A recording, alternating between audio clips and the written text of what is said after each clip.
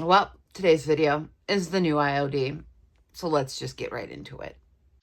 I have found so much inspiration with this new release, and I just haven't had a whole lot of time to play with it. So let's dive in. I found this cute little wooden birdhouse. I don't even remember where, but I thought it was super cute. However, as you can see, this moss in it is really old, really dusty, and just plain old icky. So I removed as much of that as I could, and off screen there, I did tip it over to get all the dust out. I pushed the remaining little bits in. I end up taking a scissors to it at some point and cutting the rest of it. And then I'm going to go in with some, I believe I grabbed a Americana, which is part of the Cottage Colors line that is curated by JRV. And I am using this and putting two coats on this green part. I'm not going to do the roof. I'm leaving that as is because I like the contrast. And yes, I forgot the sticker. So before I do anything else, I do go in, I scraped this off. It actually came off pretty easily. And then we are going to move on to putting the two coats of paint on this. This is an all-in-one paint, so there is no need to seal the paint. However, when using IOD transfers, you will need to use a sealer over them, and that can be wax or an polyacrylic type top coat. So you will see me using, I don't know if I actually covered that in the video, but I do go in and seal this in with a coat of the Big Top sealer by DIY.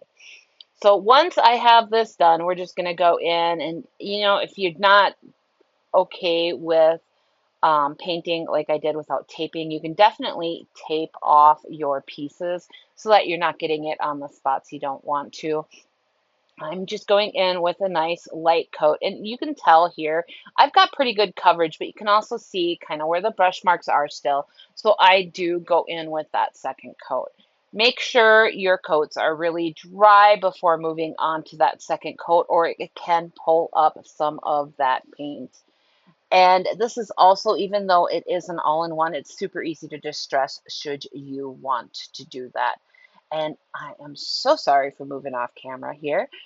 We are going to finish getting these two coats on and then move on to the next step.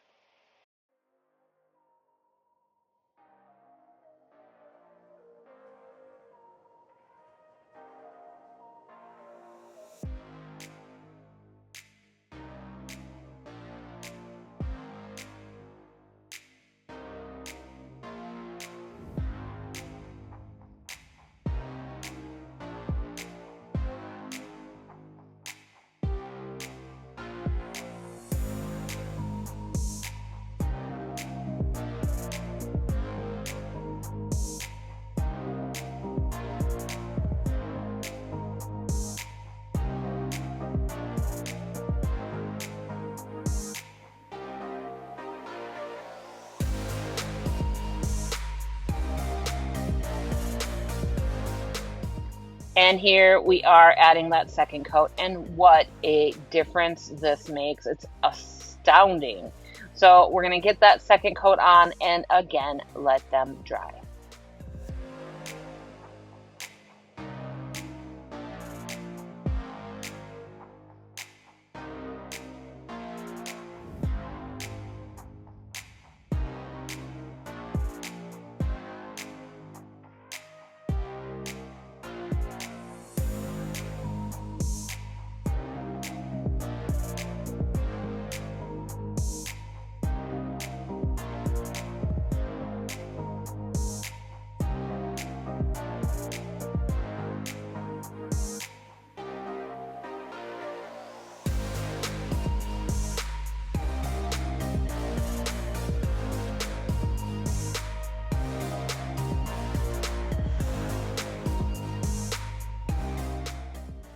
Once that has completely dried, I am pulling out the new Fern Fables that Lexi Grenner helped create with IOD. Y'all, oh, actually, I lied. This one I'm using the Primrose Isle. I am obsessed with this transfer. I'm not gonna lie. I love every single page of this. I love the little bugs and everything. The little berries there on that page. Oh, they're fabulous. So I cut out some pieces that I decided would work on this and kind of layered them in there.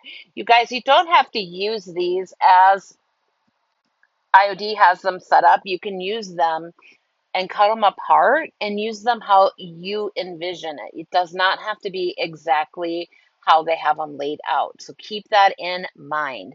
And these are so easy to use. You're going to peel off that white backer, place it down where you want it to go. Use the little rubbing tool that comes with every single one of these. And then you are going to um, my mind just blinked. You're going to rub it until it applies down and peel back that top layer. When you have it all firmly applied, you then can go over it either with the piece it came off of or your fingers and just burnish it down and make sure there's no air bubbles in there. And then you're just going to keep repeating that process until you have the look you desire. And you can see here, I am indeed cutting this one apart. I don't want to waste these florals. I use every last little scrap and detail of my transfers. I like to get absolutely every penny out of these that I can. You're making an investment into your crafting with these, and it just makes sense to use every bit that you possibly can. So that's what I do. And I am going to go ahead then and apply this down with our little tool. And you can see I'm getting those little edge pieces over and done first so that I have those laid down before I start on that main back. And again, just like I did with that butterfly, we're going to rub all those pieces on and you will see it either visually, you can see it release, or it turns more of an opaque color, which means it has also released. You can also pull back like I'm doing here and peel that away as you are rubbing and you can see it lay down. If there's ever a piece that does not stick, you simply lay that plastic back down and rub until it does apply. And then you just repeat that going across your whole piece. And again, you're going to want to make sure to burnish this once you have it placed and completely down, and just make sure all those air bubbles are out so that it has the best adhesion to your product as possible. So once we get finished with that, I'm going to flip it over and do some on the other side.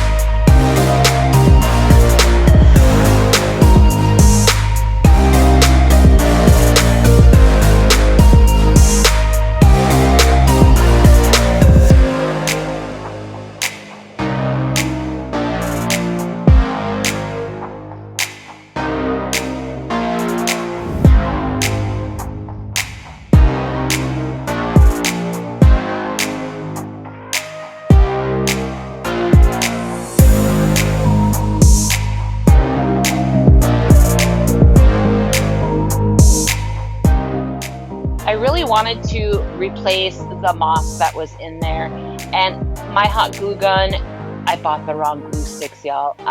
Twice I did. I don't know what is wrong with me. So I just decided to use my Tight Bond. This is almost gone and it's kind of like super duper thick. So I'm just using a popsicle stick to apply it and drop a little blob into each one of these little nesting holes. And then I'm going to take a combination of two different types of moss and apply them in there and just make sure that they're glued down. I hold them in there for a few seconds to allow that to start to firm up and dry. And then we just go ahead and leave it dry completely. I did seal my transfers down before doing this. I did not want to mess with having to paint around the moss that I am adding in. So I'm going to use a little bit of that brown and a little bit of that green just to give it a little bit more color. It just needed something more than that drab brown. Let me give you a quick view of this after it dried, and stay tuned to the end to see the remaining pictures.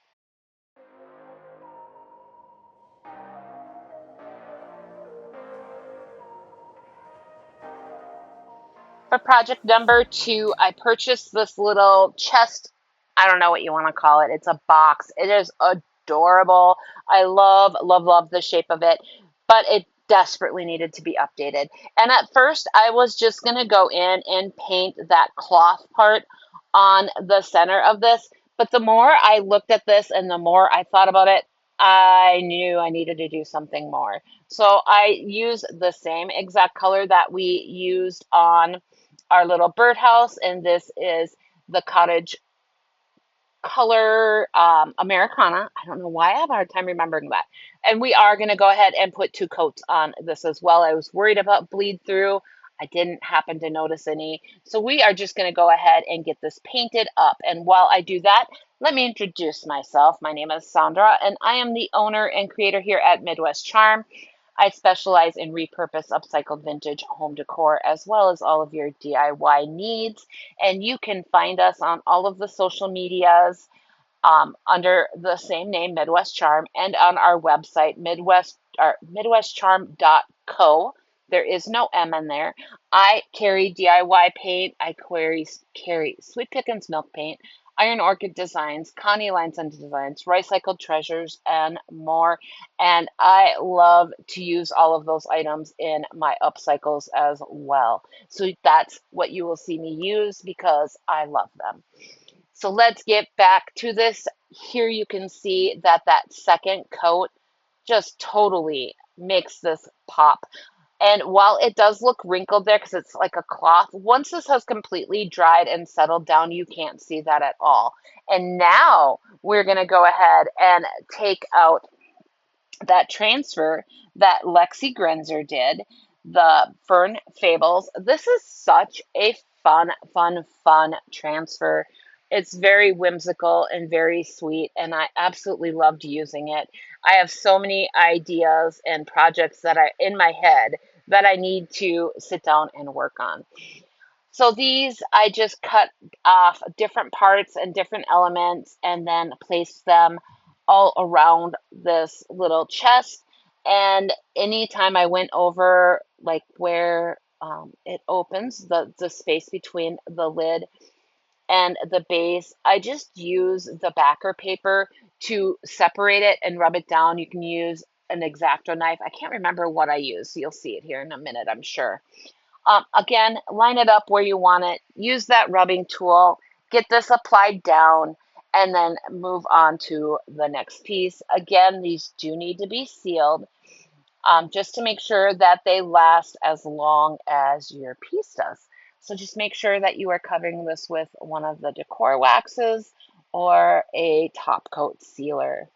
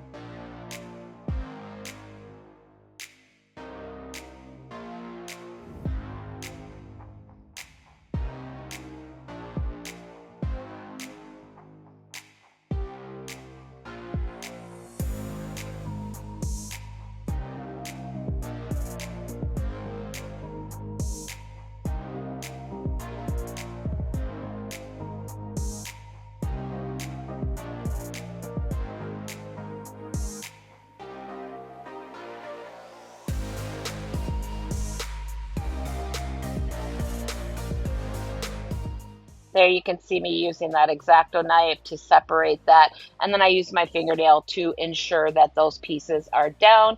And again, I'm going in with that paper. So I actually used both to make sure that those pieces are down and rubbed in and burnished really well. Here are some little quick shots of this piece. And again, stay tuned and I will get you guys some beautiful stylized pictures of these pieces.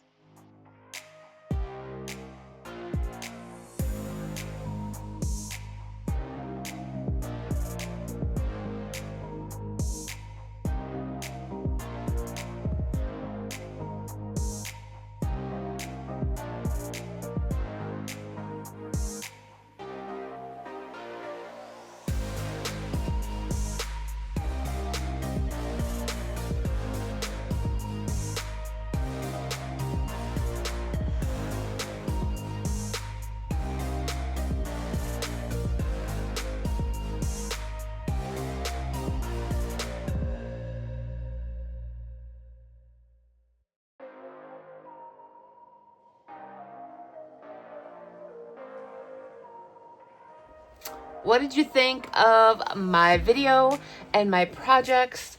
Which new IOD product is your favorite? I know I'm a little bit late getting to this video. Things have been crazy and I apologize for that. I'm trying to get back on track with my videos. And what did you think of my projects? I can't wait to hear your thoughts, and thank you all for watching. I always appreciate it, and we will see you next time. Bye.